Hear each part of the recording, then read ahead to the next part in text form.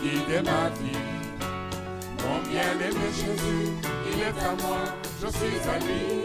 En marchant dans les chemins, dans les rues, observant tous les passants, chacun suivant sa propre voie, égoïstement, tristement. Mon cœur rempli de tristesse, je me pose à temps. Pleura son mari. Quand le deuil fut passé, David l'envoya chercher et la recueillit dans sa maison. Elle devint sa femme et lui enfanta un fils. Ce que David avait fait déplut à l'Éternel. Voilà ce que David avait fait déplut à l'Éternel. Donc nous allons parler dans ce premier chapitre de l'escalade du péché. L'escalade, c'est on monte, on monte, on monte, on monte. Le péché, lorsqu'il est négligé, lorsqu'on méprise la parole de Dieu, le péché va faire une escalade. C'est-à-dire on a commencé par 1, on se retrouve avec 2, après 3, 4. Quand on compte le nombre de péchés que David a commis dans ce chapitre, donc il y a le meurtre, le mensonge, l'adultère, il a enivré quelqu'un. Habakkuk 2,15 nous interdit d'enivrer quelqu'un. Donc ça fait beaucoup, beaucoup. Plus de 5. Mais tout commence par quoi? Tout commence par quelque chose de banal, mais qui peut-être cacher quelque chose de profond, mais ça commence par quelque chose de banal. C'est quoi la chose banale? C'est écrit l'année suivante, le premier verset, hein, au temps où les rois se mettaient en campagne, David envoya Joab avec ses serviteurs et tout Israël pour détruire les fils d'Ammon et pour assiéger Rabat. Mais il y a un mais. Vous savez, quand quelque chose est écrit dans la parole, ce n'est pas pour rien qu'on met ce mais-là. Parce que quand vous lisez le chapitre 10, il y a eu aussi une bataille à laquelle David n'a pas participé. Mais il n'y avait pas eu de mais. On nous informait juste que pour cette bataille-là du chapitre 10, il a envoyé Joab. Joab et Abishai ont combattu ces gens-là. Ils les ont vaincus. On ne nous dit pas, il n'y a pas un mais. Mais là, on nous dit, mais David resta à Jérusalem. Alors que David est un roi guerrier. C'était ça sa fonction. Il a fait, comme on nous dit d'autres textes, il faisait les guerres de l'Éternel. C'était ça sa fonction, faire les guerres de l'Éternel. Et là, on nous dit, c'était les campagnes de qui? Les campagnes des rois. Donc les rois eux-mêmes, ce n'est pas comme à notre époque où nos présidents restent chez eux et il y a d'autres qui combattent. À l'époque, je pense que vous avez déjà entendu parler de Napoléon. À l'époque, les Napoléons, ces gens-là, ils allaient eux-mêmes aussi se battre. Ils étaient là, même s'ils avaient une protection quand même plus grande que les autres, mais ils étaient là sur le champ de bataille. Donc, aujourd'hui, ils sont dans un bureau protégé en ville pendant qu'il y a la guerre ailleurs. Et David, c'était les campagnes des rois. Il devait faire partie de la campagne. C'est pourquoi il y a le mais. Mais lui, il est resté à Jérusalem. Mais David resta à Jérusalem. C'est une démonstration de paresse. Il y a une paresse qui s'installe. Et aussi, un mauvais exercice du pouvoir. Le pouvoir, ça ne veut pas dire se repaître, dormir ou voilà. Non, le pouvoir, c'est pour servir le Seigneur. Quand le Seigneur nous donne une autorité, c'est pour le servir. Ce n'est pas pour devenir le chef et que tout le monde nous serve et que nous, on ne fait plus rien. Non, nous sommes tous appelés à être des combattants, quel que soit le positionnement dans lequel le Seigneur nous a placés, nous sommes tous des combattants. Et au moment du combat, il faut se lever. Hein, quiconque, il est écrit, quiconque retire l'épée du carnage, qu'il soit maudit. Jérémie 48, 10. Maudit quiconque fait l'œuvre de Dieu avec négligence. Quiconque retire l'épée du carnage. tu dois vaincre, mais tu dis, ben, j'ai assez vaincu. J'ai assez vaincu, je peux m'arrêter là. Alors que tu peux aller loin dans ta victoire. C'est la paresse spirituelle, la paresse tout court, où on se dit, j'ai fait suffisamment, maintenant c'est bon, c'est l'heure de manger les fruits. Ah non. L'apôtre Paul a combattu le bon combat jusqu'à sa mort. Dans 2 Timothée 4, 7, il dit, j'ai combattu le bon combat, j'ai gardé la foi. Là, il était proche de sa mort. Jusqu'à la mort, il a combattu. Le bon combat, la mission, il a exercé jusqu'à la mort. Dans les choses de Dieu, il n'y a pas de retraite. Chacun à sa dimension aura à servir le Seigneur jusqu'à la mort. Et David, là, il prend les avantages d'être roi, il néglige la responsabilité d'être roi. Et c'est ce qui arrive quand on a suffisamment du monde pour combattre. On a tendance à dire, moi je me repose. Non. Quelqu'un va me dire peut-être, mais oui, mais comment on va faire le renouvellement des générations? Il faut bien qu'à un moment donné se retirer et laisser les autres travailler. Non. Oui, se retirer dans un domaine pour laisser les autres travailler, mais ça ne veut pas dire arrêter de travailler. Dieu peut nous retirer d'un domaine pour nous faire continuer ailleurs. Donc on a fini en France, peut-être dit tu arrêtes avec la France, il y a suffisamment de serviteurs en France, maintenant tu vas travailler en Nouvelle-Papouasie, en Nouvelle-Guinée. Voilà.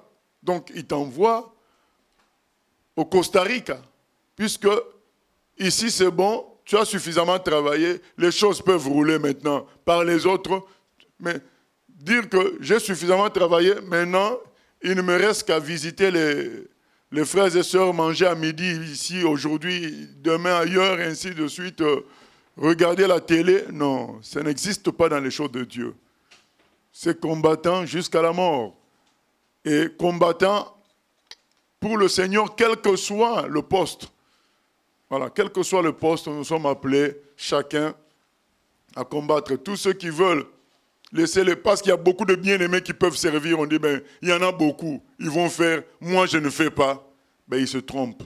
Ils entrent dans une paresse spirituelle, ils entrent dans une lourdeur spirituelle qui risque de finir mal. Et cette lourdeur spirituelle peut cacher aussi le fait que le monsieur commençait à devenir un homme de pouvoir, un vrai roi, qui est là à se satisfaire de son titre de roi et à négliger sa fonction de roi, qui est de mettre de l'ordre, qui est de faire avancer le pays, de lui faire donner des victoires, aller le plus loin possible. Voilà. Et c'est là l'autre danger, c'est que quand on a suffisamment travaillé et qu'il y a maintenant des fruits de ce travail-là, on commence à se comporter en chef, premier bénéficiaire des fruits, alors que qui doit bénéficier des fruits de notre travail? C'est Dieu. À Dieu seul la gloire. Mais quand on commence à se comporter comme si c'est nous qui avons travaillé, maintenant c'est le moment de... Dieu te dira, mais attends, tu as travaillé pour qui? Pour toi ou pour moi? S'il y a quelqu'un qui doit être dans le repos du travail, c'est moi, c'est pas toi. Moi, je t'ai oint pour que tu travailles. Vous savez, dans Luc 17, il est question d'une histoire que Jésus raconte. Il dit, mais quand un patron arrive chez lui et qu'on le sert par son serviteur, doit-il le féliciter pour cela? Non, il n'a fait que ce qu'il devait faire. Donc nous, on ne doit pas se dire, mais j'ai bossé pour le Seigneur 30 ans, maintenant, je vais me reposer et manger les fruits. Tu as bossé pour le Seigneur. Tu es un serviteur. Le serviteur n'a pas exigé le retour de son travail en son compte. Et c'est ça l'erreur que beaucoup commettent. À un moment donné, ils commencent à exiger le retour. Et il y a même des parents qui exigent ça de leurs enfants. Je vous ai payé les études, j'ai fait ceci. Maintenant, c'est à vous de m'entretenir. Mais non, c'est honteux. C'est le devoir des enfants de s'occuper de leurs parents. Mais faire un chantage lié au passé, je vous ai fait ceci, je vous ai fait cela, maintenant, moi je ne fais plus rien. Ce genre de paresse finit toujours mal. Et ça cache un esprit de pouvoir. On se dit, j'ai le pouvoir, je fais ce que je veux. Voilà. Et puisque les autres soldats, eux, ils n'avaient pas le choix. Et ils avaient... on dit, à la guerre, tout le monde se lève, s'en va. Mais toi, puisque tu as le pouvoir, tu peux dire, moi, je ne pars pas. C'est pas bon. On ne doit pas utiliser le pouvoir pour s'affranchir de notre responsabilité. Voilà. Le pouvoir, c'est pour mettre de l'ordre. Dieu nous donne l'autorité pour mettre de l'ordre, pour faire fonctionner les choses. Pas pour s'affranchir de nos responsabilités. Dire, moi, c'est moi qui décide, j'ai le droit de ne pas faire. Oui, mais si c'est dans un esprit de pouvoir, ça cache une corruption qui s'est installée. Et voilà où aboutit cette corruption, finalement, à commettre un adultère avec la femme d'Uri. L'homme, selon le cœur de Dieu, se retrouve dans une position d'un homme pas selon le cœur de Dieu. Parce que on néglige petit à petit. 1 Corinthiens 10, 12 nous dit que celui qui se croit debout prenne garde de tomber. On néglige. Quand les choses viennent, on néglige, on se justifie.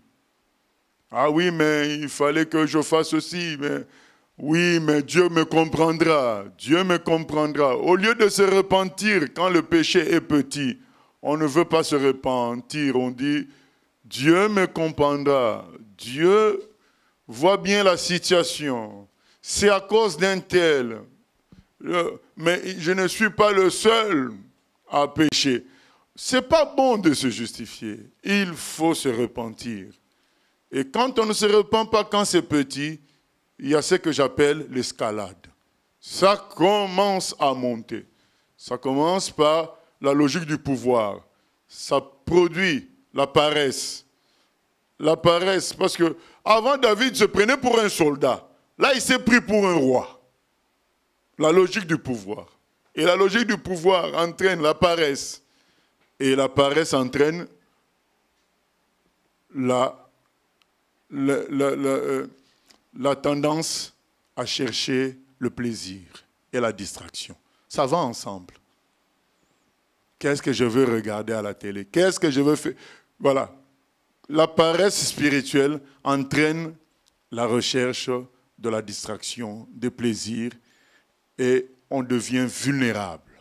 Le monsieur est devenu vulnérable à cause de cette logique de pouvoir, de la paresse, et à partir de là, on veut prendre du bon temps, profiter de la vie, et voilà ce qui arrive. Donc il finit par prendre la femme d'autrui, lui l'homme selon le cœur de Dieu. Comme Dieu va lui dire plus tard, parce qu'on va lire le chapitre 12 aussi, mais tu avais beaucoup de femmes. Et pourquoi il fallait encore prendre la femme de ce soldat-là? Ça nous enseigne quelque chose, parce que je le dis maintenant pour ne pas oublier. Il y a, dans les pubs, souvent ça passe dans nos villes, des fois il y a des panneaux où on dit le meilleur moyen de vaincre la tentation, c'est de quoi? C'est d'y succomber. Sous-entendu, quand tu vas satisfaire ta convoitise, tu seras apaisé. Donc, comme quelqu'un qui a beaucoup mangé, il n'a plus envie de manger, donc il a satisfait, donc il a en quelque sorte tué sa tentation par la satisfaction. La Bible nous dit que non, et nous en avons la preuve. La preuve, c'est que David avait beaucoup de femmes, mais ça ne l'a pas empêché de commettre cet horrible péché. Il en avait beaucoup. La satisfaction ne sauve pas du péché. Ça ne sauve pas. Certains excusent le péché de certains pays, de certains peuples africains en disant « Ah oui, il y a la souffrance là-bas, comprenez, non. » Si on leur donne la richesse, ils vont être quand même dans le péché. Ce n'est pas la satisfaction qui enlève le goût du péché. Au contraire, ça exacerbe. Parce que tu fais comprendre à toi-même que c'est la consommation qui vaut. Et à partir de là, le diable va encore augmenter la dose de la tentation. Il va augmenter parce que tu as lancé le message comme quoi, si je consomme bien, c'est ça qui va me calmer. C'est l'erreur à ne pas commettre. La Bible nous apprend l'abstinence. C'est l'abstinence qui nous donne la victoire sur la tentation, qui nous donne la victoire sur le péché. 1 Pierre 4:1 nous dit, celui qui sait souffrir en a fini avec le péché. 1 Pierre 4:1 ne nous dit pas, si Dieu nous satisfait, c'est là qu'on a fini avec le péché, non. Et c'est pourquoi vous voyez que dans les églises aujourd'hui, on se perd dans beaucoup de séminaires sur la satisfaction dans le mariage. Comment rendre l'autre heureux, la cuisine, la tenue vestimentaire et bien d'autres choses.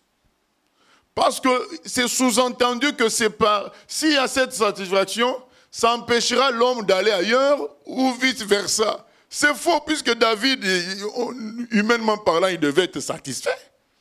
Mais est-ce que ça l'a empêché d'aller ailleurs? Il avait beaucoup de femmes, donc humainement parlant, il avait ce qu'il voulait. Est-ce que ça l'a empêché d'aller ailleurs? Non, c'est l'abstinence. Parce que l'abstinence, c'est la victoire sur la tentation. Parce que tu te prives de la chose. Donc ça rejoint 1 Pierre 4:1. La privation avec l'aide de Dieu, bien sûr. Hein. La privation avec l'aide de Dieu nous donne une vraie victoire plutôt que la satisfaction charnelle, la satisfaction humaine. Ce n'est que David est un exemple. Il avait les femmes qu'il voulait, le nombre qu'il voulait, mais ça ne l'a pas empêché de prendre encore une autre, en tuant quelqu'un, s'il vous plaît. Donc, l'abstinence, comme nous dit quoi, 1 Corinthiens 7, à partir du verset 20, je crois, on dit que celui qui est marié vive comme s'il n'est pas marié. Donc, on nous exhorte à l'abstinence pour vaincre les convoitises charnelles plutôt que à faire des séminaires. Bien aimé, je ne suis pas contre, puisque même la Bible dit que la femme doit rendre à l'homme ce qu'il lui doit et vice-versa. Je ne suis pas contre tout cela. Je dis tout simplement que ce n'est pas cela la voie de la solution. La solution vient d'1 Corinthiens 7 qui nous dit que ceux qui sont mariés vivent comme s'ils n'étaient pas. Celui qui est riche, qu'il vive comme s'il n'avait pas d'argent. Celui qui est beau, qu'il vive comme s'il n'est pas beau. C'est comme ça qu'il vaincra. Ce n'est pas en se disant, mais comme je suis belle, il me faut un homme très riche et très beau, comme ça me calmera. C'est faux. C'est ce qu'on croit. Parce qu'après, on s'habitue à tout. On s'habitue, il en avait peut-être 5 femmes, il s'est habitué. Donc on voit bien que, même quand on te donne, mais Salomon est arrivé à combien? À 1000. C'est pour dire que la satisfaction ne résout pas le problème de la convoitise. C'est l'abstinence qui résout le problème. Par la puissance de Dieu, bien sûr, comme en ont fait la preuve Élie, Élisée et bien d'autres serviteurs du Seigneur. Voilà. Donc, je m'arrête là. Il y a une question, on dirait. Oui. Oui, pasteur, je voulais poser la question. Si David s'était arrêté là, juste à l'adultère, le fait qu'il soit roi, malgré tout, il avait certains pouvoirs, il avait certains droits. S'il s'était arrêté là, ça aurait été quoi les conséquences? Le fait de prendre la femme d'autrui. En tant que roi, et c'est lui qui gérait, il faisait ce qu'il voulait, non? Non, mais c'est pareil. Parce que, qu'est-ce que nous dit Lévitique? Lévitique nous dit que celui qui est dans l'adultère doit être tué. Celui qui commet l'adultère, il doit être tué. Ah oui, donc malgré tout, ça c'était quand même un péché. Ah, c'était une condamnation à mort. D'accord. Il a échappé parce qu'il était roi. Donc on voit la logique du pouvoir. La logique du pouvoir, c'est que je peux me permettre des choses que l'autre ne peut pas. On ne me fera rien parce que c'est moi qui suis président. Voilà. C'est la logique du pouvoir. Et parce que là, il méritait la mort. Oui, mais si comme c'était le roi, il ne serait pas mort. Non. Mais là, tu poses la question, mais là, de toute façon, il n'est pas mort. Oui, non, mais d'accord, mais si c'était arrêté, ne pas tuer Ça Uri... n'aurait changé rien. Ah, à moins que qu'il se soit dénoncé et fait... Oui, et voilà, mais c'est là, si il se dénonce. C'est pas la même chose que d'avoir tué. On ne peut pas dire que c'est égal d'avoir tué. Mais à ce stade-là, arrêté ou pas, condamné à mort par Lévitique. Voilà. À ce stade-là, vous connaissez l'épisode de Jean 11, non? Jean 8. Oui, Jean 8. À la femme adultère. Pourquoi on voulait la lapider? Voilà. Là encore, il y avait une injustice, on ne voulait pas lapider l'homme. L'injustice, c'est tout le temps. Là, on a une injustice parce que c'est le roi. Donc, dans Jean 8, c'est parce que c'était... On veut lapider la femme et on veut laisser l'homme tranquille. Donc, voilà. Donc, c'est... Ça nous montre, bien aimé, il faut que je revienne là-dessus sur la gradation. Ça monte. On est dans l'esprit du pouvoir qui commence à te saisir. L'orgueil commence à te saisir. Comment dire... la légèreté commence à te saisir. Mais si on t'en parle, on dit, ah non, non, non, non, moi je suis simple, je suis bon. Vous savez, il y a... beaucoup pensent que, puisque rien ne leur arrive, donc il n'y a pas de problème. Puisqu'ils sentent encore, entre guillemets, la présence de Dieu, il n'y a pas de problème. Alors, vous savez que nous ne sommes pas les seuls à prier Dieu. Il y a des musulmans, quand ils sortent d'une réunion de l'islam, ils sont boostés. Ils sont fortifiés. Ne nous méprenons pas. Nous, quand on était dans le renouveau charismatique, c'est du mensonge, les renouveaux charismatiques. Mais quand on en sortait, on était bien le soir. Quand on a été dans certaines réunions, même catholiques, c'est du mensonge, le catholicisme. Mais on en sortait bien. Les branhamistes, beaucoup, suivent William Marion Branham. Ils se sentent forts. Leurs affaires aussi marchent. Des choses comme ça, vous savez. Quelqu'un me dira, mais finalement, on va connaître qui est dans la vérité. Mais l'observation de la parole, c'est tout. Parce que si vous pensez que c'est par rapport à l'observation de la parole et la fin des temps, hein, on connaît la parabole de l'ivraie et du blé. C'est tout. Vous voyez que dans la parabole de l'ivraie et du blé et de l'ivraie, finalement, c'est les anges qui viennent séparer. Parce que c'est très difficile. Parce que je peux vous dire que vous parlez à un branhamiste, parfois vous avez l'impression qu'il est beaucoup plus convaincu que vous de son William, par rapport entre ta conviction à toi sur Jésus et sa conviction à lui sur William Marion Branham. Il te dépasse. Il est bien. Il y a même des branhamistes qui ne regardent pas la télé. Mais on va les surprendre en train de regarder YouTube. Bon, ça c'est entre parenthèses. Mais c'est pour dire que, d'une manière extérieure, la personne semble fortifiée par une puissance grande. Mais est-ce que c'est la puissance de Dieu? Donc ne nous méprenons pas. Ce n'est pas parce que les gens vont vous dire « je suis bien dans ce que je fais, je suis musulmane maintenant », une Française voilée qui vous dit, une Française d'origine qui vous dit « je me sens bien maintenant, épanouie en tant que musulmane ». Oh, tout ça c'est des faussetés. Et c'est des forces qu'on ne contrôle pas totalement, c'est le problème de Dieu. Il y a le mental de l'homme, les gens qui connaissent, qui ont un certain âge, nous connaissons l'effet placebo. Voilà, il y a des gens qui sont guéris par effet placebo. Le mental de l'homme agit aussi. Il y a beaucoup d'éléments, mais attention, ce n'est pas parce que Dieu ne tape pas quelqu'un, ce n'est pas parce que tu sembles progresser que tu es dans la vérité. On est dans la vérité que quand on suit la parole de Dieu. Et beaucoup sont parfois dans le manque de respect des aînés, le manque de respect des autorités. Mais, comme eux aussi, Dieu leur parle, ils progressent. Parfois, dans les problèmes de couple, chacun va dire « Dieu m'a parlé ». Donc, c'est ça. Bon, chacun pense avoir de l'énergie par Dieu. Qui dit vrai? Ben, c'est le temps et la parole qui va trancher. Si on n'est pas d'accord avec ce qui est écrit, chacun pense à son interprétation, c'est le temps qui va trancher. Mais c'est pour nous dire tout simplement que chacun veille sur son cœur. C'est le conseil que je vais donner. Que chacun veille sur son cœur. Parce qu'une des erreurs, c'est se comparer aux autres et penser être le meilleur. Du coup, puisque tu as vu le péché de l'autre, ça t'autorise à ne pas voir le sien. C'est très dangereux. C'est ce que Jésus a dit. Quand tu vois, avant d'enlever la paille qui est chez l'autre, enlève la poutre qui est chez toi. Parce que la poutre qui est chez toi t'empêche de voir qu'est-ce qu'il y a dans l'œil de l'autre comme il faut. Enlève.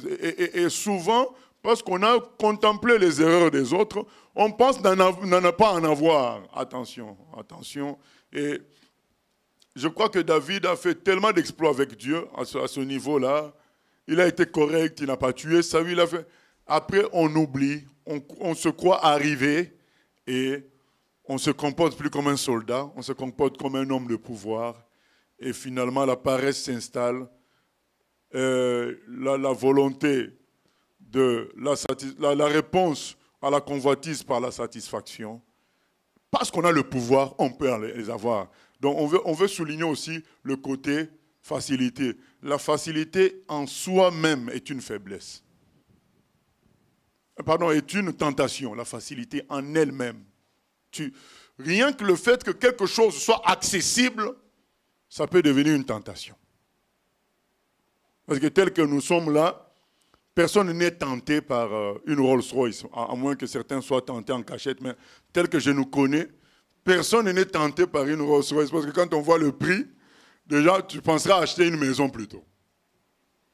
Personne n'est tenté ici par une Bugatti. Parce que quand tu vois le prix, c'est 2 fois une maison. C'est dû au manque de facilité. L'accessibilité à la Bugatti est tellement difficile que tu n'y penses même pas. Et donc la facilité en elle-même est une tentation. Donc lui, s'il dit qu'une femme devient sa femme, ça peut se réaliser. Et cette facilité en soi est un danger. C'est pourquoi il nous est recommandé de vivre simplement et de dépendre de Dieu. J'aime Jésus. Jésus dit quelque chose. Il dit, je ne fais que ce que je vois mon Père faire.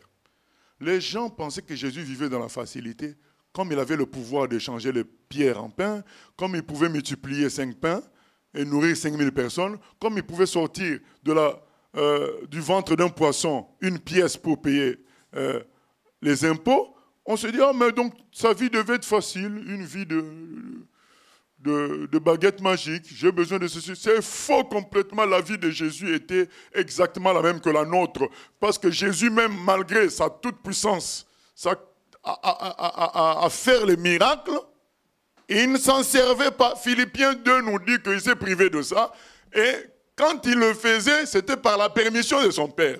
Donc si son Père, comme dans Matthieu 4, ne dit pas, tu transformes les pierres en pain, il ne va pas le faire. Donc du coup, il est comme nous. Nous aussi, quand on fait les miracles, c'est par la grâce de Dieu. Et donc si Dieu n'autorise pas, ça ne se fait pas. Et Jésus était comme nous, il ne menait pas une vie facile. Il menait une vie d'un homme simple. Il attendait qu'on lui donne la nourriture. Il ne produisait pas la nourriture par baguette magique, pas du tout. Il attendait la permission de Dieu pour faire les choses. Comme nous. Et donc, revenons à la simplicité. Je suis roi, d'accord, mais est-ce que ça m'autorise à exagérer des avantages du roi, utiliser mon pouvoir pour... Non, non. Tu es parent, ça ne t'autorise pas à tout sur tes enfants. Voilà. Donc il faudrait faire attention. Tout ça monte. Et tant que Dieu ne frappe pas, on ne reconnaît pas que quelque chose ne va pas. On veut qu'on soit frappé pour reconnaître. Et comme il ne frappe pas, on est encouragé, même s'il y a la voix douce du Saint-Esprit qui nous dit que ce que tu fais n'est pas bon. Mais on étouffe cette voix-là vite fait par notre, comment dire, en montrant tous nos bons actes, en les étalant, on étouffe la voix du Saint-Esprit qui nous montre que mais là, tu as mal fait, mais vite fait, notre cerveau va remettre sur la table nos bonnes œuvres et on se calme et on continue sur la voie. Et ça finit mal. C'est l'escalade du péché. Et finalement, David, il a manifesté un abus de pouvoir, la paresse, l'adultère, la tromperie. Il a même fait un complot. 2 complots. Premier complot, que Curie rentre chez lui. Comme ça, si plus tard sa femme est enceinte, on dira, oui, mais il avait connu quand il était revenu là. Un premier complot, ça ne marche pas. Deuxième complot, faire tuer Uri. Un autre péché encore grave, d'utiliser d'autres personnes. Attends. Donc il a impliqué Joab à ce péché. Il a impliqué Joab. Et vous savez à qui il donne la lettre? Il donne la lettre à Uri pour donner à Joab sa condamnation de mort. Ah, c'est un autre péché encore, le cynisme. C'est cynique, comme on dit. Donc c'est à cette personne-là que tu vas tuer, tu lui donnes la lettre. Tout ça, quand on commence à négliger la parole de Dieu, qui nous met tous sur le même pied d'égalité, on commence à négliger ça. On commence à négliger les conseils des aînés. On commence à négliger les expériences de nos aînés. On commence à négliger la voix du Saint-Esprit. Et c'est une escalade. On commet un premier péché, on ne veut pas se repentir, on se justifie. Et ça monte. Et avec des conséquences très, très, très dures. Très, très, très dures. Parce qu'un homme est tué et finalement, Joab aussi. Pour moi, c'est encore plus grave. C'est que tu corromps le cœur des autres personnes. Ça dit que Joab te couvre, participe à ton péché. Donc, la responsabilité de David, c'était de faire de Joab un homme meilleur. On se souvient que David s'était plaint que Joab avait tué Avner en temps de paix. Maintenant, toi, tu tues ton propre soldat. Avner, c'était pas encore un ami. Ça le devenait. Et là, tu tues un ami. Et toujours dans cette affaire-là, on va remarquer quoi? On va remarquer que Dieu ne manque jamais de ressources. Ah oui, oui, bien-aimé, vous savez, Uri a refusé d'aller chez lui. Comment expliquer ça? On te donne un cadeau comme ça, va te reposer chez toi. Il a dit non, je veux servir la cause de l'Éternel. Je vais servir mon roi. Le roi nous a envoyés en guerre. Moi, je ne rentre pas chez moi. Finalement, David rencontre qui? Il rencontre quelqu'un de meilleur que lui. Vous savez, un des trucs qui font que certains pêchent, ils disent, après il y a une question ici, hein, qu'on ne peut pas dire le micro. Voilà. Alors on se dit, tout le monde à ma place serait aussi tombé. Je ne vois pas qui peut résister à ça. Du coup, que moi je tombe, voilà quoi, c'est excusable. Mais là, Dieu te montre que non, non, il y avait quelqu'un qui n'était même pas à ta place, mais encore à une place beaucoup plus, comment dire, difficile ou facile, ça dépend de l'angle. C'est-à-dire que Uri, c'était sa propre femme. Ça lui était un mal vraiment dérisoire que de rentrer chez lui sous la permission de qui? Quand même, du chef des armées, du roi. Donc c'était un mal dérisoire. Mais ce petit mal dérisoire, Uri l'a refusé. Il a dit non, je vais être correct. Vous voyez le fossé entre David et Uri. David, lui, il a commis un adultère. Mais Uri, C'est sa propre femme. Mais il dit, non, puisque les amis sont au combat, puisque je suis un combattant, je préfère servir mon roi, mon peuple et mon Dieu. Je ne rentre pas chez moi, vivre de bons moments, alors que mes amis sont en bataille. Vraiment, tout le monde aurait dit, mais oui, mais c'est le roi qui t'a autorisé, mon vieux. Il dit non. On lui a même mis de l'alcool pour qu'il s'enivre. Il a dit non. Donc ça montre, bien aimé, que tu n'es pas spécial. Si toi,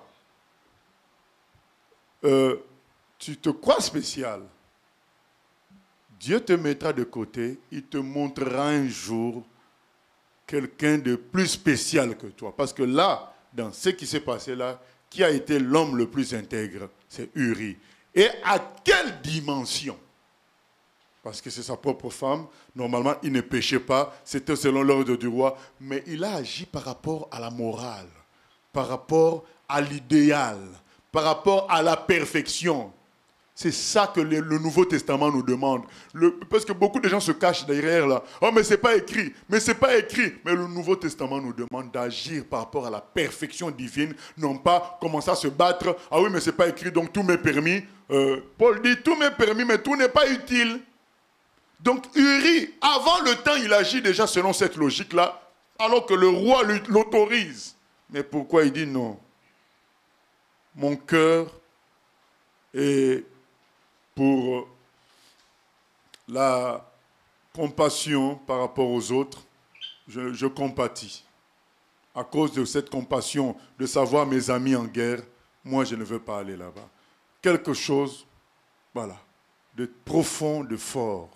David a trouvé quelqu'un. Si lui se croyait le plus intègre et que, du coup, si lui tombe, tout le monde peut tomber, là, il a trouvé un plus fort. Bien-aimé, on trouvera toujours un plus fort sur la terre. Toujours, que tu le veuilles ou pas. Un jour, tu vas te retrouver dans une situation où on ne te calcule pas, on calcule quelqu'un d'autre. C'est pourquoi Jésus nous dit quoi? Quand tu arrives dans une fête, mets-toi à la dernière place. Mets-toi à la dernière place. Si tu commences à te comporter comme si tu étais à la première place, Dieu t'humiliera.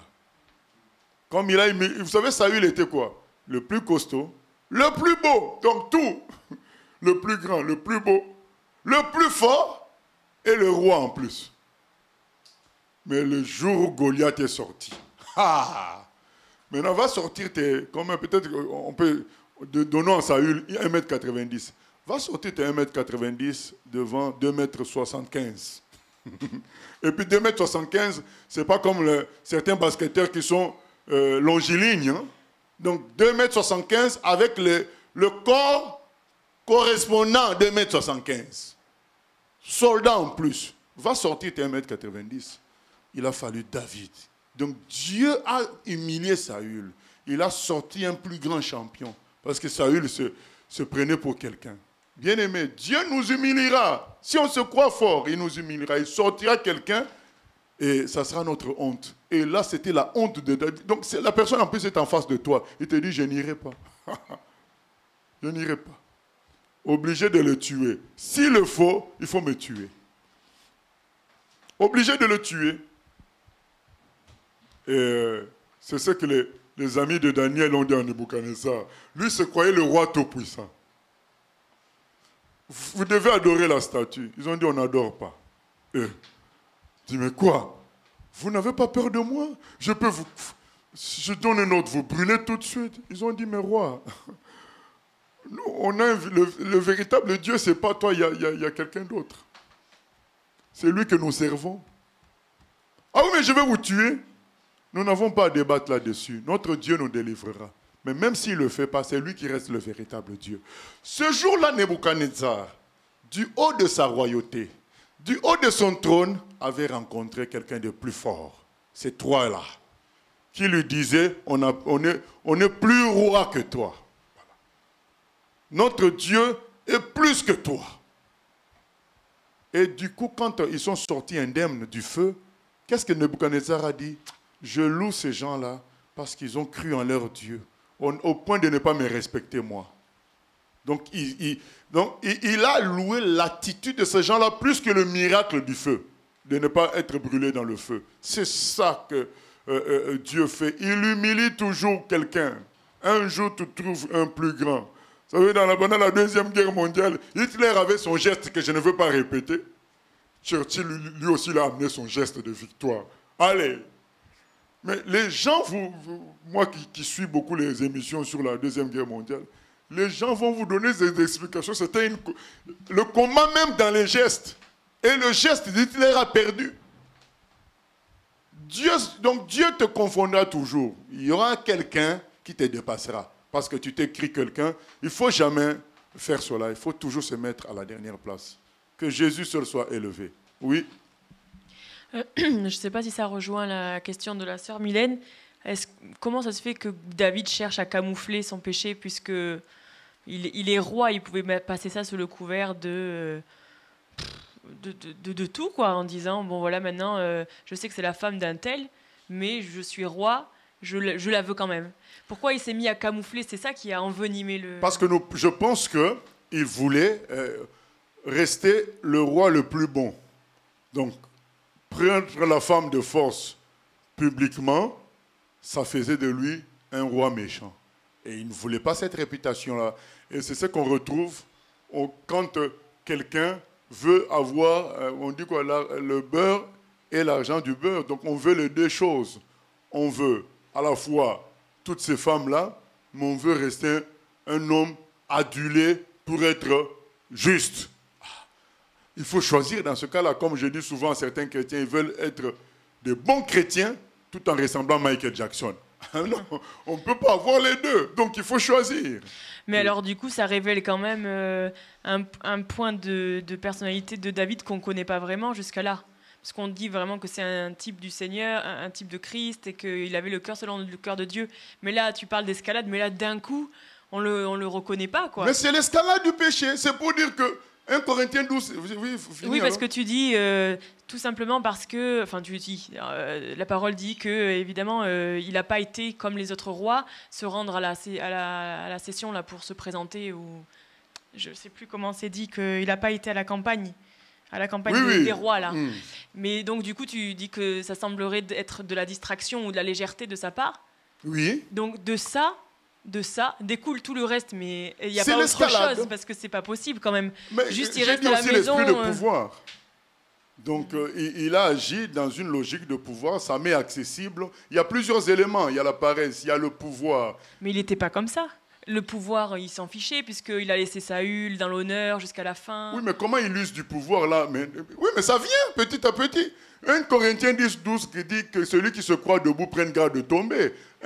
Hébreux 12 nous dit au chapitre 1er que le péché nous enveloppe facilement. Donc tout homme le plus propre peut devenir comme ça. En fait, c'est écrit pour qu'on voit. À un moment donné dans ta vie, tu vas ressentir aucun désir méchant, aucun désir mauvais. Quand tu vas commencer à te prendre pour quelqu'un, on te dit attention, il y a eu des gens avant toi qui étaient comme toi, mais qui ont mal fini parce qu'ils ont négligé que c'est l'Éternel qui rend pur. C'est Dieu qui rend juste. Ce n'est pas l'homme. Donc quand on commence à négliger ça, parce qu'on a fait beaucoup d'exploits avec Dieu, on se croit fort, on parle que de nos expériences, on parle que de notre palmarès. Et David, je crois, il avait bâti une bonne armée, ainsi de suite. Il a oublié que lui-même était un soldat. Il devait se comporter devant Dieu. Oui, il est le roi des autres, mais devant Dieu, il est le soldat de l'Éternel. Il devait se comporter comme un soldat jusqu'au bout. En négligeant tout ça, oui, il y a une escalade, oui. On peut finir à ça. Ça ne veut pas dire forcément que David était un homme correct. Mais quand on commence à négliger, voilà ce que ça fait. D'ailleurs, on va voir par la suite en lisant combien c'est un homme extraordinaire. Mais d'où vient cet extraordinaire? Ça vient de Dieu. Ça vient de Dieu. Donc il a expérimenté à un moment donné, cette période-là, le cœur divisé, vouloir paraître bon, mais le péché qu'il a saisi quand même. Voilà. Tu es pris par le péché, mais tu ne veux pas qu'on te prenne pour un pécheur. Du coup, tu masques. Un écart, quoi, alors. Voilà. Donc, c'est ça. Au lieu d'avouer et de demander la délivrance, toi, tu préfères caché et qu'on te considère toujours bon. Et c'est ça qui fait que l'escalade, ça monte. Et j'avais une fois, on avait fait la prédication sur la repentance. On avait dit que on doit être prêt à se repentir même toutes les 30 minutes. Ne jamais laisser le péché s'asseoir et faire son travail. Ne jamais le laisser tranquille. De la même manière que Satan ne nous laisse pas tranquille, nous aussi, on ne doit pas laisser le péché tranquille. Donc, j'ai commis un péché maintenant, dans 5 minutes, quand je m'en rends compte, je me repens. Dès qu'on laisse le péché s'asseoir, alors qu'on a mal parlé à quelqu'un, mais on se justifie, il fait son travail. On dit, c'est la faute d'un tel. Le péché continue de faire son travail. Maintenant, ce qu'on dit, pourquoi on intitule l'escalade, c'est que tu vas passer du péché A, tu te retrouves au péché X. Tu ne comprends pas comment tu en es arrivé là. Mais ils sont liés tous. Mais nous, on croit que si je suis voleur, je peux être voleur et rester, comment dire, pas jaloux. Mais ça va venir un jour. Puisque c'est le péché, ça va créer d'autres rejetons et ainsi de suite. Donc c'est ça, c'est ça la leçon d'aujourd'hui, l'escalade. Donc ça commence par un petit truc, un autre petit truc, un autre... Et puis tu te retrouves à quelque chose de grave que tu n'aurais jamais fait, même imaginer. Le péché peut nous amener là. Par négligence, c'est très très dangereux. Oui? Oui, pasteur, tu as dit tout à l'heure que très souvent, on n'est pas tenté parce qu'on n'a pas les moyens d'obtenir l'objet de la tentation. Tu as donné l'exemple d'une voiture comme une Maserati, par exemple. Est-ce que, du coup, le Seigneur... Ajoute encore une autre voiture, oui, vas-y. Est-ce que, du coup, le Seigneur peut agir de cette sorte-là? C'est-à-dire qu'il va limiter le succès financier de quelqu'un parce qu'il sait que s'il va au-delà de ce succès financier, il va pécher, il va commettre un péché. Il peut aussi. D'accord. Il peut nous bloquer dans certaines choses parce qu'il sait que si on les a, on va pécher. Effectivement. Et qu'est-ce qui fait que dans certains cas, du coup, il permet à certaines personnes d'obtenir une certaine prospérité financière? Sachant que ça... Parce que dans le cas de David, il savait, il est Dieu, il savait que ça allait se passer, cette histoire avec Bathsheba. Donc pourquoi est-ce que dans certains cas, il le permet et dans d'autres cas, il bloque? Non, lui-même, il connaît tout ça avec précision. Mais moi, je te dirais que dans certains cas, mes explications ne sont pas exhaustives, donc je ne vais pas tout expliquer. Mais je vais parler de ce que je sais. C'est que dans certains cas, il y a des gens qui disent « Seigneur, tu ne me fais rien ». Le Seigneur sait pourquoi il ne fait rien. Mais la personne insiste. Il fait passer le Seigneur pour un Dieu qui n'est pas fidèle. Tu as promis ceci, tu as promis cela. Nous, moi en tant que pasteur, combien de gens je n'ai pas vu insister pour le mariage? On dit, mais attends un peu, hey! C'est comme si on l'a piqué avec un couteau. Voilà. Donc maintenant, quand vont venir le problème, on dit quoi? C'est Dieu. Ce n'est pas Dieu. Dieu voulait agir, mais on n'écoute pas. Dieu peut freiner beaucoup de choses comme ça, des affaires qui ne marchent pas. Et nous, on va écouter d'autres personnes qui font leur témoignage. Ah, tout marche, tout marche. On finit par accuser Dieu. On finit par attaquer Dieu. Et Dieu, à un moment donné, il va nous dire, bon, d'accord, je le fais. On va le voir même dans le cas de David, il va commettre un autre péché grave.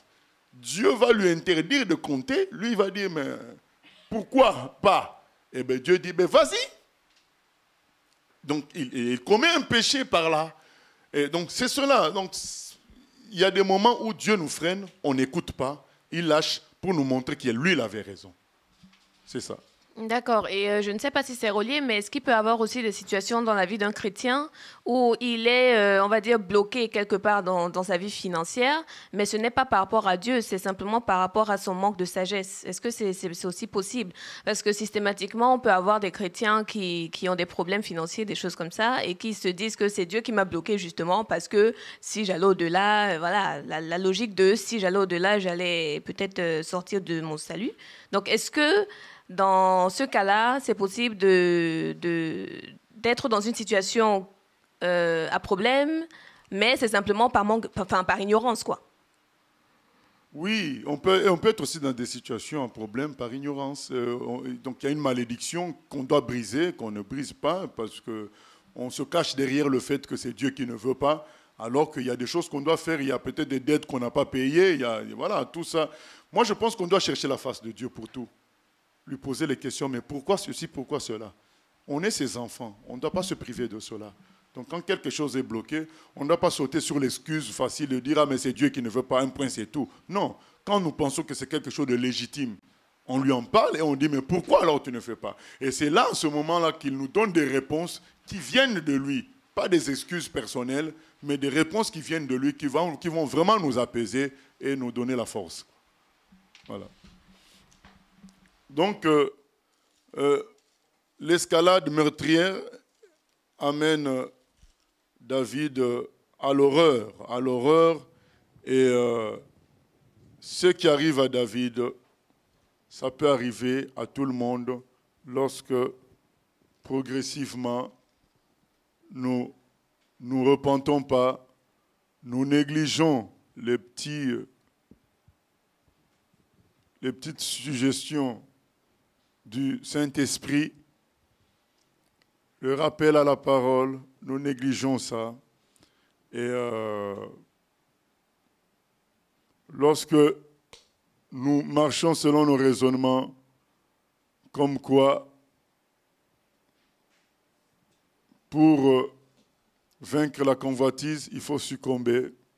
C'est la satisfaction qui donne la paix. C'est une erreur. C'est l'abstinence qui donne la paix, par la puissance de Dieu, bien sûr. Et c'est Dieu qui fera le reste. Celui qui sait souffrir en a fini avec le péché. Celui qui sait vivre les poches vides en a fini avec l'esclavage de l'argent. Il dépend de Dieu. Mais on peut donner 10 000 à quelqu'un aujourd'hui. Ça finira, il voudra 100 000. Après, il dira 100 000, c'était trop peu, il faut 1 million. Ça va toujours plus loin. Pourquoi les milliardaires volent encore? Parce que l'homme n'est jamais satisfait. C'est un être illimité. C'est Salomon lui-même qui dit, les yeux ne se rassasient pas de voir. C'est Salomon qui le dit. Les yeux ne se rassasient pas de voir. Nous, on aurait dit, beaucoup de gens auraient dit, ah, mais moi, à la place de David, je ne vois pas comment me serait venue l'idée, alors que j'ai plus de 5 femmes, comment me serait venue l'idée d'aller prendre la femme d'autrui. Et même si on ne parle pas de la femme d'autrui, certains vont dire, mais souvent même on s'en est étonné, non? Qu'est-ce qu'on ne voit pas à la télé? Neymar, accusé de viol, on dit, mais ce garçon-là, avec l'argent qu'il a, sa jeunesse, son talent, son pouvoir, sa gloire, mais il peut s'offrir toutes les femmes du monde. Pourquoi il s'en amène à violer? Bon, voilà, ça nous montre que l'homme n'est jamais... La satisfaction ne règle pas les problèmes. C'est plutôt l'abstinence qui nous met en position de force par rapport aux choses de la terre. Du coup, Satan est vaincu. Voilà, c'est ça quoi. Nous continuons. 2 Samuel 12. Chapitre 12. L'Éternel envoya Nathan vers David, et Nathan vint à lui et lui dit, « Il y avait dans une ville 2 hommes, l'un riche et l'autre pauvre. Le riche avait des brebis et des bœufs en très grand nombre. Le pauvre n'avait rien du tout qu'une petite brebis qu'il avait achetée, il la nourrissait, et elle grandissait chez lui avec ses enfants. Elle mangeait de son pain, buvait dans sa coupe, dormait sur son sein, et il la regardait comme sa fille. Un voyageur arriva chez l'homme riche, et le riche n'a pas voulu toucher à ses brebis ou à ses bœufs pour préparer un repas au voyageur qui était venu chez lui. Il a pris la brebis du pauvre et l'a apprêtée pour l'homme qui était venu chez lui. La colère de David s'enflamma violemment contre cet homme. Et il dit à Nathan, « L'Éternel est vivant. L'homme qui a fait cela mérite la mort. » Et il rendra 4 brebis pour avoir commis cette action et pour avoir été sans pitié. Et Nathan dit à David, « Tu es cet homme-là. Ainsi parle l'Éternel, le Dieu d'Israël. Je t'ai oint pour roi sur Israël, et je t'ai délivré de la main de Saül. Je t'ai mis en possession de la maison de ton maître. J'ai placé dans ton sein les femmes de ton maître, et je t'ai donné la maison d'Israël et de Juda. Et si cela avait été peu, j'y aurais encore ajouté. Pourquoi donc as-tu méprisé la parole de l'Éternel en faisant ce qui est mal à ses yeux? Tu as frappé de l'épée Uri le Héthien, Tu as pris sa femme pour en faire ta femme, et lui, tu l'as tué par l'épée des fils d'Ammon.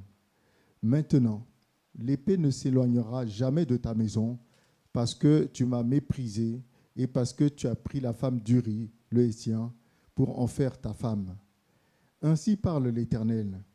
Voici, je vais faire sortir de ta maison le malheur contre toi, et je vais prendre sous tes yeux tes propres femmes pour les donner à un autre, qui couchera avec elles à la vue de ce soleil. Car tu as agi en secret, et moi, je ferai cela en présence de tout Israël et à la face du soleil.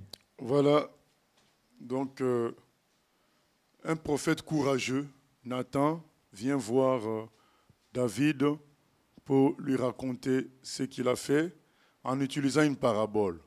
Maintenant, est-ce que David avait senti le coup venir par la parabole? On ne le dit pas.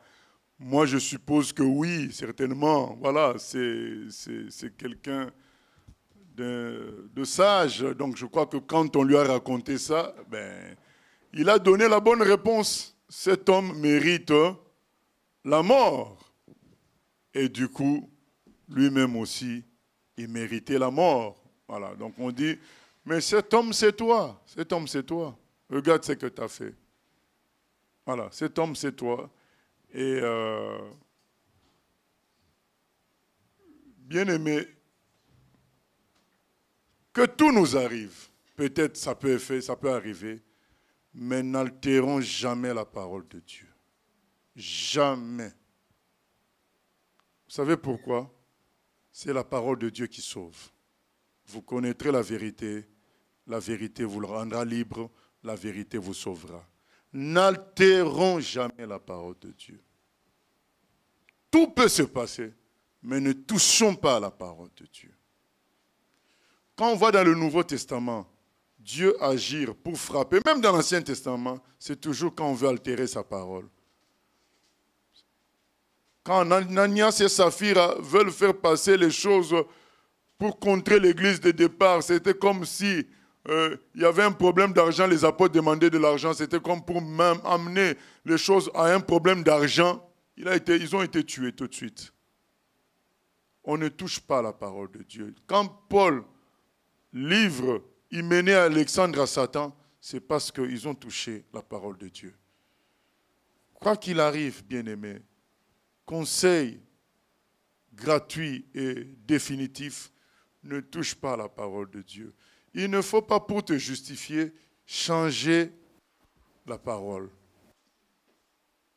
Défends-toi toi-même différemment, mais n'utilise pas la parole d'une manière altérée pour que tu aies raison. Il ne faut pas toucher à la parole.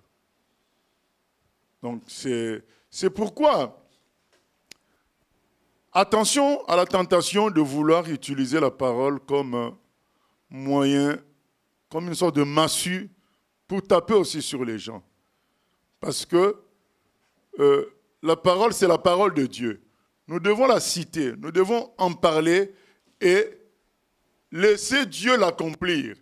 Mais non pas nous l'utiliser comme notre arme personnelle à nous pour... non, on le dit, cette parole a la puissance de s'accomplir toute seule. Et Nathan vient, il dit la parole. David ne résiste pas. C'est ce qu'on va lire dans la suite, au verset 13. Oui, pardon, question? Oui, pasteur, j'avais une question. David, on voit dans le psaume 51 qu'il montre combien il souffre par rapport au péché qu'il a commis.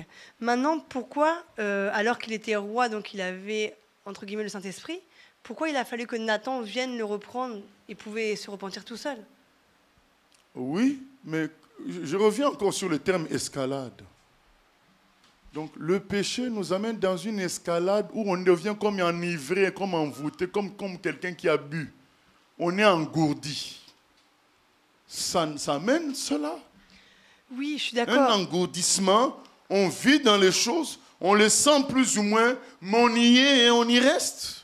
Mais généralement, quand on y reste, c'est le temps qu'on n'a pas fait la chose. Une fois que le péché, ça y est, il est fait, là, tu sens la culpabilité, tu sens l'envie de se repentir. Mais lui, il a couvert ça en épousant la dame, en prenant la dame. Ah, donc là, c'était... Donc oui, donc comment ça pouvait lui venir du moment qu'il a rapidement pris la dame? Du coup, il a trouvé un subterfuge pour continuer. Donc c'est l'engourdissement continu. C'est ça.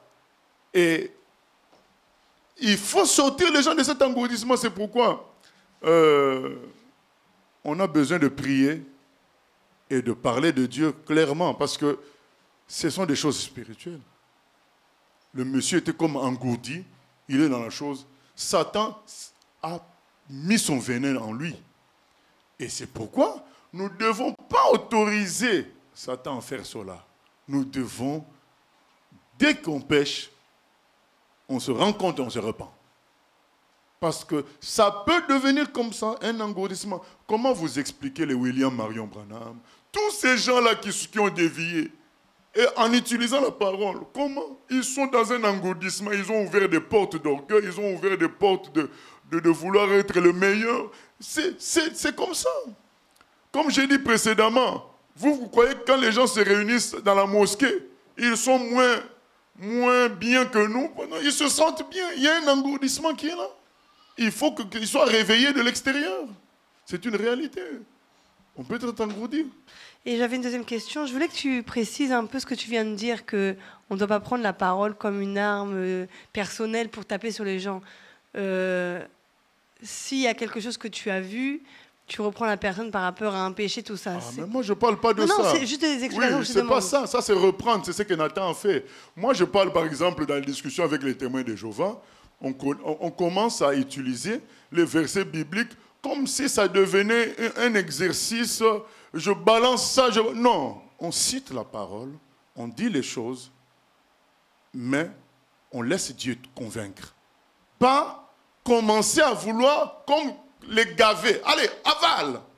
C'est comme si c'est en avalant comme ça que la personne va changer. Donc là, ça devenu ton truc à toi. Ce n'est plus de Dieu, c'est plus la parole de Dieu.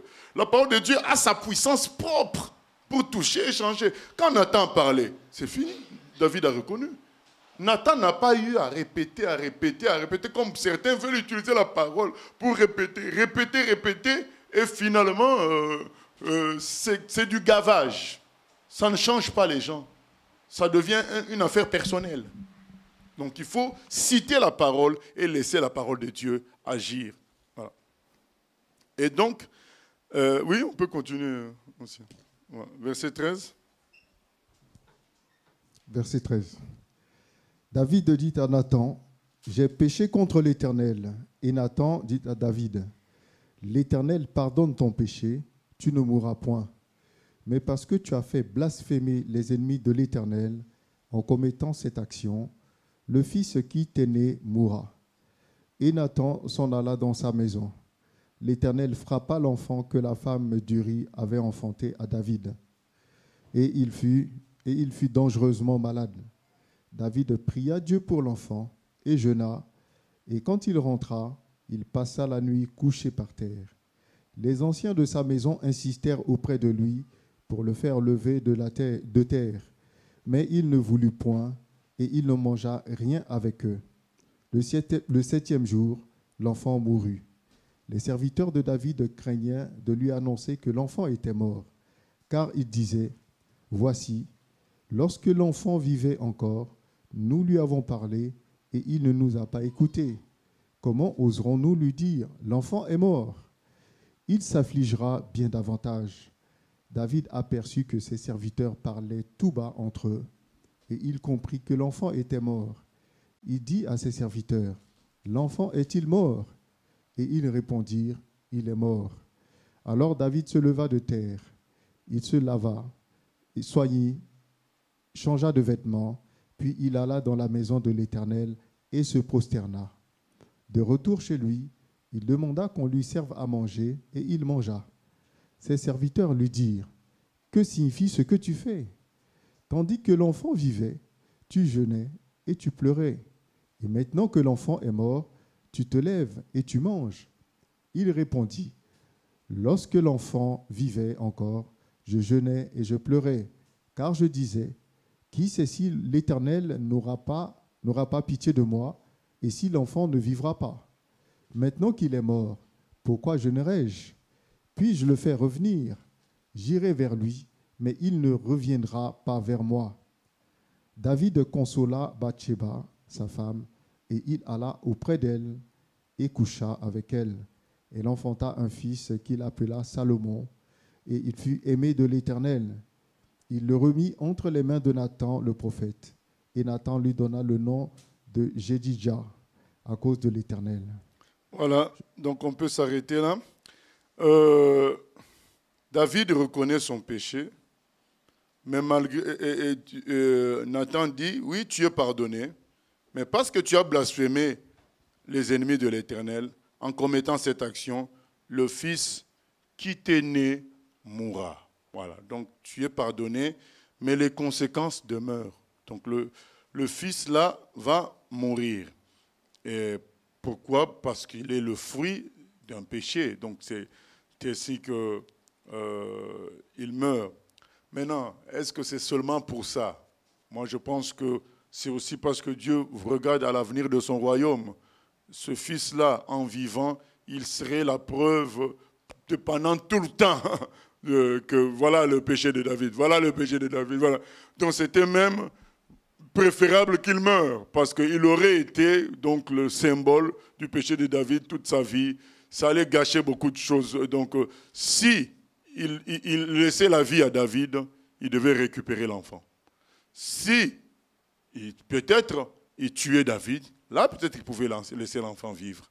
Mais les deux ne pouvaient pas exister. Voilà, il fallait faire un choix. Donc c'est là qu'il préfère prendre l'enfant parce qu'il y a des questions d'organisation, des questions de fabrication de serviteurs de Dieu. Ce n'est pas si simple que pour ça pour Dieu. Et finalement, c'est l'enfant qu'il prend. Mais bien aimé, quand on lit le verset 11, parce que là, bon, j'avais oublié de revenir là-dessus, « Voici, je vais faire sortir de ta maison le malheur contre toi, et je vais prendre sous tes yeux tes propres femmes pour les donner à un autre, et qui couchera avec elle à la vue de ce soleil. » Voilà.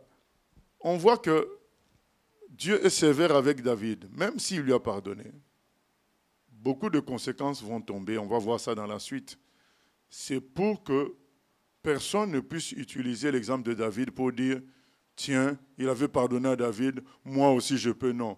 Donc Dieu, il est écrit déjà depuis le 11, ce que fit David déplut à l'Éternel.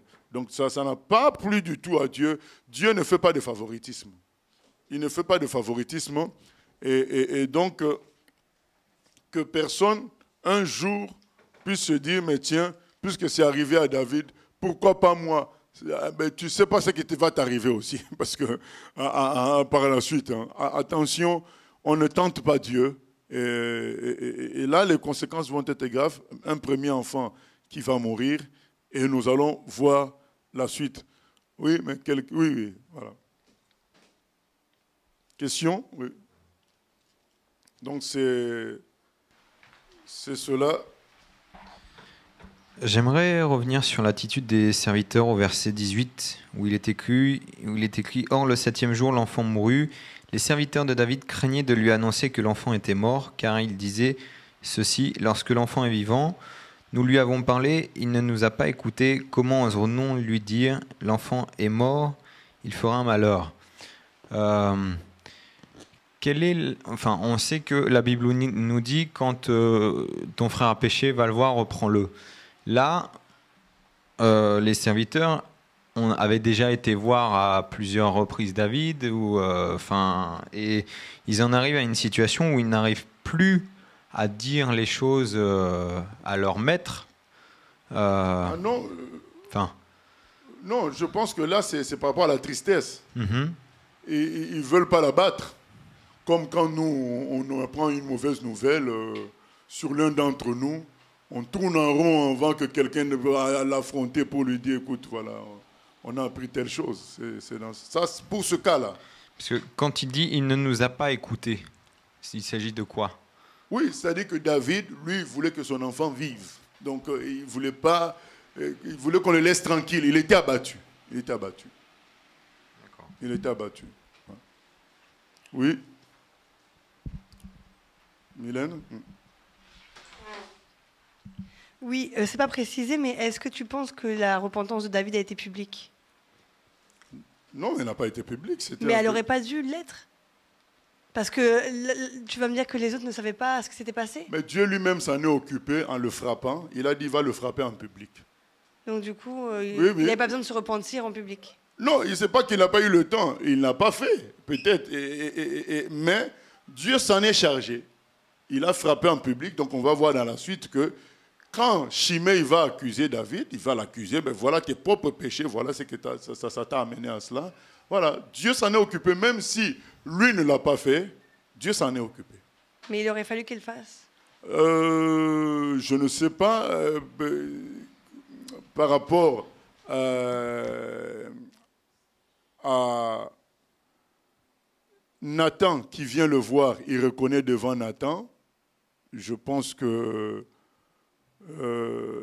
c'était à Nathan maintenant de faire le travail ou bien, je ne sais pas, je ne sais pas dire par rapport à son cas, lui, je ne sais pas dire oui.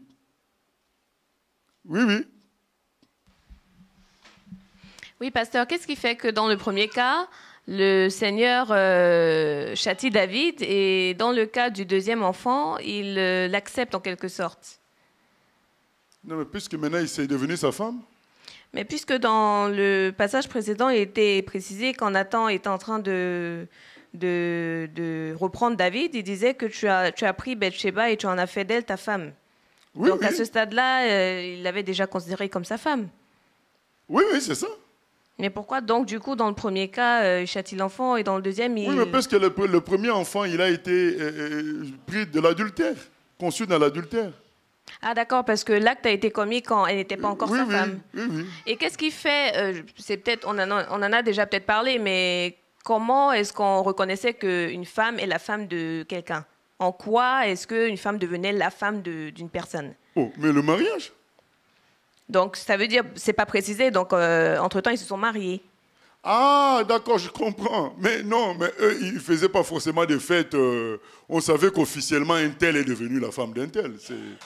Ça se disait. Donc maintenant, par exemple, elle habitait maintenant chez David. Donc on sait que maintenant, c'est sa femme.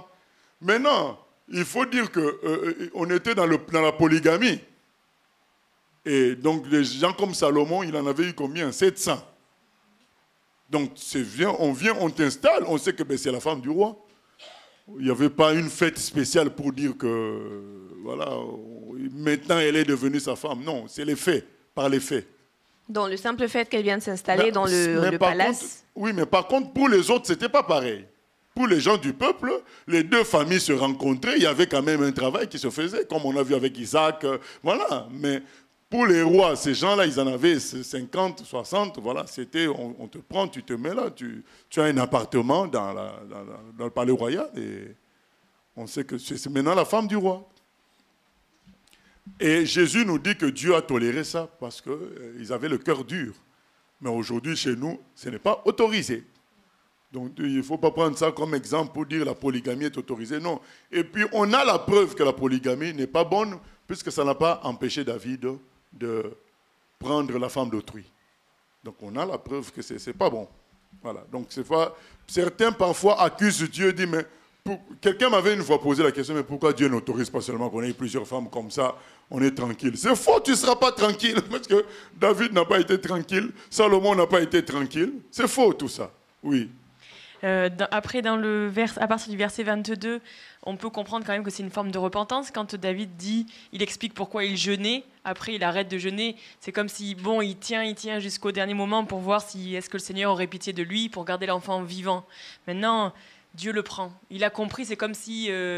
on peut comprendre par là que Dieu a vraiment pris l'enfant, donc David y reconnaît, et que du coup, le prochain, pour consoler sa femme, il s'unit avec elle, ils ont Salomon, c'est comme si Dieu a gré le deuxième, le bébé qui vient après, où David a plaidé un peu coupable, quoi. Non, moi je pense que Dieu a tourné la page.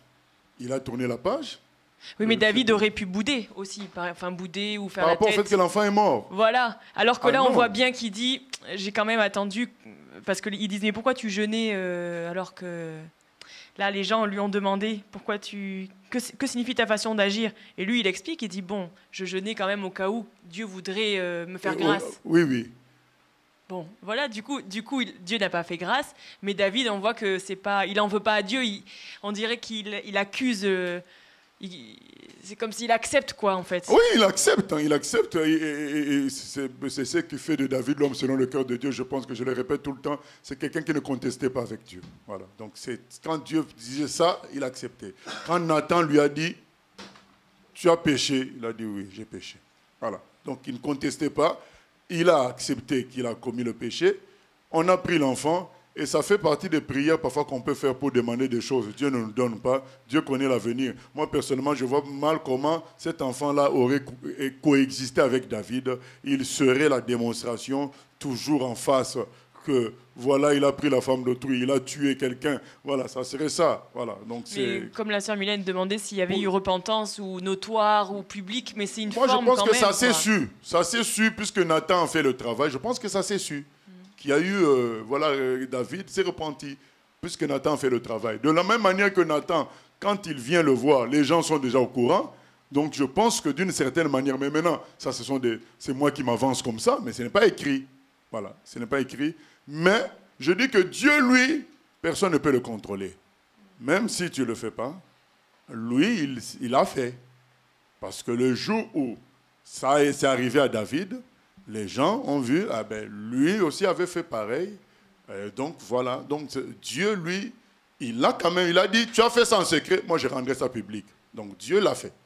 Donc une repentance peut être différente que dire devant tout le monde, publiquement en tant que roi, voilà, j'ai péché, je reconnais, mais là, la sentence a été que son fils, il a perdu son fils. C'est comme si c'est une humiliation quand même, il a accepté. Oui, mais c'est ce que je dis, Dieu lui se charge quand même de faire la chose. Voilà. Même si les procédures n'ont pas été à l'image, administrativement, comme je peux dire, comme ça, mais Dieu lui l'a fait, en tuant cet enfant-là. Il l'a fait. Il a montré qu'il y a eu un problème, j'ai réglé le problème. Voilà, Dieu l'a fait. Donc Dieu, lui, n'échappe pas, que personne ne peut l'arrêter. Moi, je trouve étonnant que ce soit Salomon, le fils de Bathsheba, qui ait pris la succession de David, parce que c'est quand même l'enfant d'une femme qui a été volée à son mari en le faisant tuer. C'est la grâce de Dieu. On revient toujours. C'est la grâce de Dieu. Pardon. C'est la grâce de Dieu. Je n'ai pas d'autre explication. Parce que si Dieu aussi te cite les péchés des autres, donc ça va être, on va finir en queue de poisson. Voilà, donc ça dit, Dieu aussi va te dire, mais un tel aussi a péché, un tel a fait ceci, un tel a fait cela. Donc là, c'est la grâce de Dieu qui a fait que ce soit Salomon qui soit le roi. C'est la grâce. C'est Dieu qui choisit, c'est sa volonté. Voilà, il nous montre que, voilà, il peut transformer le mal en bien, comme Joseph l'a dit. Oui. Oui, pasteur, je voulais savoir, est-ce qu'à cette époque-là, c'était que le peuple qui avait droit de faire la dot et pas les rois? Parce que là, on voit bien qu'ils prennent des femmes comme ça, mais sans présentation, sans donner quelque chose de la famille. Je pense que non, même je pense que peut-être qu'ils faisaient parvenir. Enfin, moi, je vais prendre l'exemple sur nos polygames d'aujourd'hui. Ils font quand même parvenir une voiture à l'autre famille, ils font parvenir des choses, non. Mais ils ne peuvent pas faire 50 mariages. Donc voilà. Donc on vient, on fait installer la dame, et puis la famille, on lui fait parvenir un cadeau, des choses comme ça, non. Oui, donc ça une sorte de dot au fait. Quelque chose, parce que la Bon, je préfère pas, moi je dirais que c'est un cadeau, hein, parce que voilà, il n'y a pas une cérémonie officielle qui est faite, quoi. C'est un cadeau qu'on fait parvenir à la femme. Il prend en charge la famille de la femme. C'est ce que je vois nos polygames faire. Mais c'est ce qui fait qu'ils peuvent que rester voleurs, parce qu'il faut s'occuper de la famille de 3 femmes, de 4 femmes. Donc ton salaire ne peut pas suffire, donc tu ne peux que voler. Voilà. Oui, une autre question. Certains pasteurs aujourd'hui disent que c'est normal de vivre que de la dot ou d'être polygame parce que les David et autres et tout étaient polygames. Donc c'est normal pour eux aussi de l'être et c'est normal que les gens puissent ne vivre que de la dot parce que la dot était biblique. Alors que, si je ne me trompe pas, il n'y a eu que 2 cas de dot dans la Bible. Enfin, on parle que de 2 cas, je crois, dans la Bible de dot. C'est pas aujourd'hui, c'est pas une obligation de faire la dot, de faire que la dot.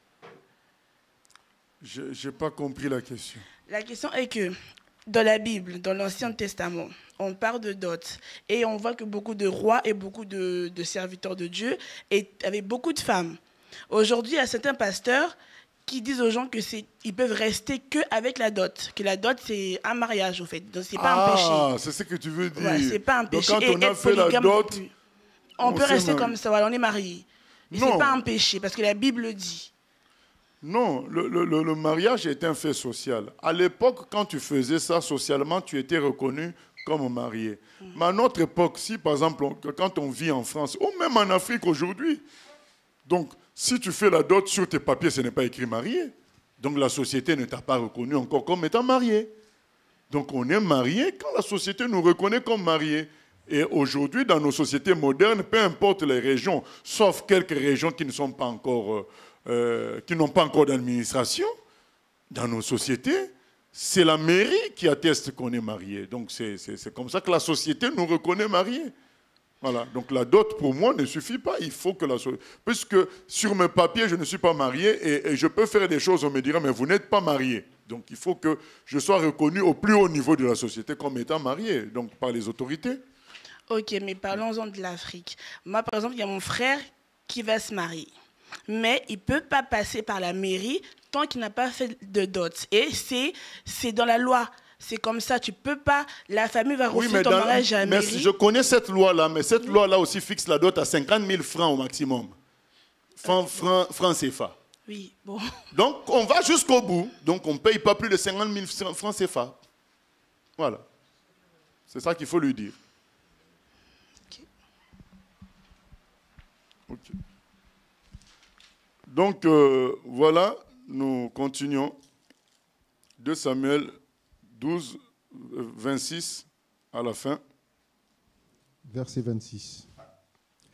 Joab, qui assiégeait Rabat des fils d'Ammon, s'empara de la ville royale et envoya des messagers à David pour lui dire : j'ai attaqué Rabat et je me suis déjà emparé de la ville des eaux. Rassemble maintenant le reste du peuple, campe près de la ville et prends-la, de peur que je ne la prenne moi-même et que la gloire ne m'en soit attribuée. David rassembla tout le monde et marcha sur Rabat. Il l'attaqua et s'en rendit maître. Il enleva la couronne de dessus la tête de son roi. Il pesait 1 talent d'or et était garni de pierres précieuses. On l'a mis sur la tête de David, qui emporta de la ville un très grand butin. Il fit sortir les habitants et il les mit aussi aux pics de fer et aux haches de fer et les fit travailler aux moules à briques. Il traita de même toutes les villes des fils d'Ammon. David retourna à Jérusalem avec tout le peuple. Voilà. Bon, donc la vie retrouve son train quotidien et on voit qu'entre Joab et David se consolide une complicité. Voilà. Pas vraiment une amitié, mais une complicité. Mais comme toutes les complicités, ça finit par tourner mal. Voilà. Donc c'est ce qu'on verra un jour dans ces lectures. Et donc Joab a été complice de quelque chose de mauvais. Et du coup, ils sont liés maintenant par une histoire qui n'est pas bonne. Et Joab Joab commence à bosser pour David, quoi. Pas pour Dieu. Donc il a déjà presque gagné la bataille. Il a fait appeler David pour que David soit le vrai vainqueur. Il commence vraiment à bosser pour David au lieu de bosser pour son Dieu. Voilà, donc ce n'est pas bon. Et d'ailleurs, toute forme de complicité, comme je l'ai dit précédemment, ça finit mal. Il faut que les gens nous aiment pour la vérité. Pas par idolâtrie, ni par attachement humain. Si c'est par idolâtrie, si c'est par attachement humain, un jour, ça se cassera mal parce que le jour où on ne va pas les satisfaire, le jour où ils auront un autre attachement, tout se cassera. Mais lorsque les gens s'attachent à nous, par l'Esprit de Dieu et par la vérité de la parole, Dieu maintiendra ça jusqu'au bout. Mais lorsque c'est par la force humaine, on a vu ça avec Pierre. Il a dit à Jésus, oh, les autres peuvent fuir, hein. Moi, je te serai fidèle jusqu'à la mort. Jésus a dit, oh mon cher, le coq ne va pas chanter, mais toi tu m'auras renié déjà 3 fois. C'est par la force de Dieu, et c'est par l'esprit de vérité, c'est par la parole. Ce n'est pas par la force de l'homme. Et là, David et Joab, voilà, consolident un lien humain. Et David en payera les frais un jour, voilà, de ce lien humain. N'acceptons pas la facilité de liens humains. Cherchons la vérité, le lien par la vérité. La facilité des liens humains, c'est que dès qu'on fait un truc, ta femme, tes enfants ou tes frères et sœurs de la chair vont venir te soutenir parce que tu es leur frère. Ou alors tes amis. Il faut vouloir qu'on te soutienne puisque c'est la vérité. C'est ça qui est bien. Et de tels liens seront pareils jusqu'au bout. Alors que les liens liés à la consanguinité, liés au fait que on est amis, on a été complices dans telle affaire, un jour ça se cassera parce que rien ne peut tenir dans le temps. Il n'y a que Dieu qui tient dans le temps. C'est ça, bien-aimés, pour clôturer, prions, bien-aimés, que Dieu nous apprenne la repentance. La repentance, dès qu'on se rend compte qu'on a péché, se repentir. Deuxième chose, visons que la perfection, comme Uri. Uri n'a visé que la perfection. N'acceptons pas les solutions de milieu. Voilà. En cherchant une satisfaction terrestre, croire qu'on va calmer les convoitises, c'est faux. Ça, c'est la solution du milieu. Nous dirigeons-nous vers l'abstinence. Et c'est Dieu qui nous comblera de bien. Tu aimes le poisson, dirige-toi vers l'abstinence par rapport au poisson. Mais si Dieu veut te donner quand même du poisson, il va te le donner. Mais toi-même, tu vas désirer plutôt Dieu. Tu ne cherches pas à satisfaire tes convoitises pour sortir de ces convoitises. Mais tu cherches à être déçu de ces convoitises pour sortir de ça. La satisfaction n'a jamais rien résolu. On a vu Salomon arriver avec 1000 femmes. On a vu ce que David a fait d'horrible. Ça ne résout rien. Tu veux une maison, tu veux une voiture. Sois vainqueur d'abord, sans la voiture et le bonheur.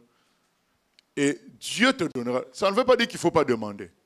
On demande, mais entre-temps, on vit heureux sans la chose. Et quand le cadeau viendra, on n'en sera pas esclave. C'est très important parce que on vit dans un monde où c'est la satisfaction qui règne. Des conseils pour satisfaire un tel, pour satisfaire ceci, pour satisfaire les chrétiens. Voilà, donc on tourne dans ça. Pierre nous dit, celui qui sait souffrir, 1 Pierre 4,1, en a fini avec le péché. Ce n'est pas celui qui cherche la satisfaction. Recherchons la vie abondante que le Seigneur Jésus peut donner, qui nous donne le dessus sur les choses de la terre. C'est ça qu'on doit rechercher, la perfection qu'Uri a cherché. Il a dit non. Mon cœur sera en paix si je suis avec mes confrères dans le combat, pas dans la satisfaction de la chair. Et nous allons prier également pour que on ne donne gloire qu'à Dieu pour tout le pouvoir et l'autorité qu'il peut nous donner à un moment donné. Chercher la gloire de Dieu, se considérer comme un soldat. Même si les autres nous élèvent, nous, on se rabaisse. On se considère juste comme un soldat de Dieu, un serviteur. Quand Jésus dit dans Luc 17, quand tu sers ton Dieu, tu sers ton patron, tu n'as pas de revendications. Tu sers, c'est tout. Voilà, c'est comme ça qu'on doit se comporter. Ça nous évitera l'esprit de pouvoir qui entraîne la paresse, qui entraîne après la logique de se satisfaire de tout ce qui tombe sous la main. Attention, voilà, que le Seigneur nous préserve et nous aide dans tout cela. Seigneur, nous venons prier afin que tu nous aides à briser l'escalade du péché par la repentance, Seigneur. À briser l'ascension par la repentance. Chaque fois qu'on se rend compte qu'on ne soit pas gentil avec nous-mêmes. Comme Paul dit, qu'on traite durement notre chair. Qu'on soit prêt à reconnaître notre tort, même si ça nous fait souffrir. Qu'on ne laisse pas le péché tranquille. Travailler, parce que ça mène à des horreurs. Ça mène à faire des actes graves qui vont nuire à toute notre vie par la suite, parfois, Seigneur.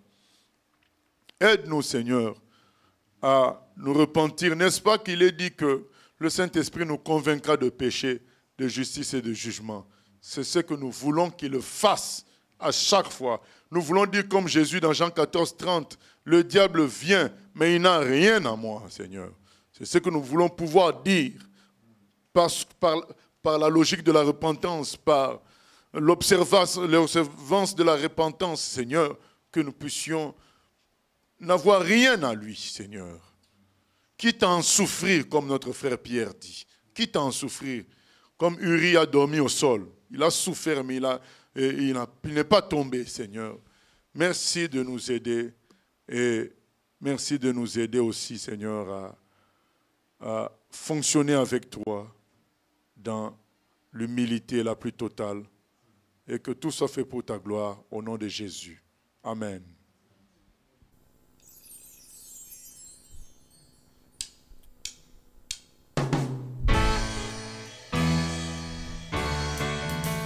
J'ai choisi Jésus pour guider ma vie. Mon bien-aimé Jésus, il est à moi, je suis à lui. J'ai choisi Jésus pour guider ma vie.